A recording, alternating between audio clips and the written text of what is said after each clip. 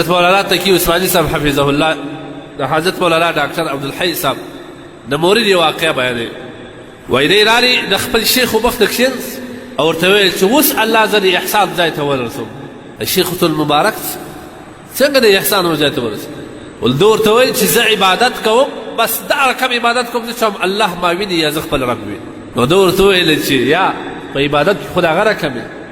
په کاروبار کې هم دغه رقم لکه الله تا ویني په معاملاتو کې هم دغه رقم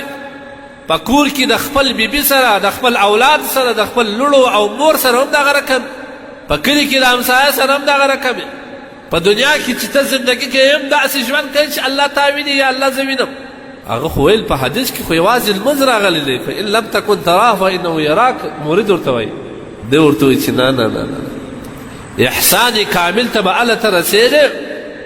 چې ناس یې ولاړ وي خان یې ګزاره کوې مجلس کې یې یوازې یې کور کې یې مسجد کې یې هر ځای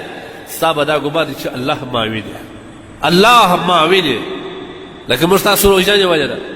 په یو روژده کې دا شی زموږ سره یوازې ناستې سړی یخ منګی د اوبه ورته پروت دی او خواړه ورته پراته دي هېڅوک هم نه بغیر د خدایه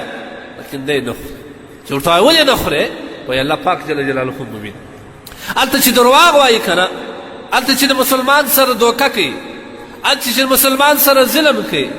هلته چې د مسلمان باندې تجاوز کوي وایي او هلته چې د همسایه سره بد سلوک کوي هلته وایي ولې کوي هلته بیا دی خدای نه ویني علیاذ بالله دا یوازې دا نه چې یوازې د روژې او د لمانځه بل به خاص ټوله زندګي به دې داسې جوړه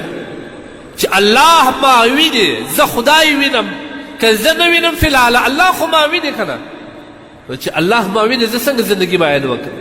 دا رقم زندګي به اوس هم کوي ځکه الله پاک جل جلاله ستا سره هم همیشه در سره دی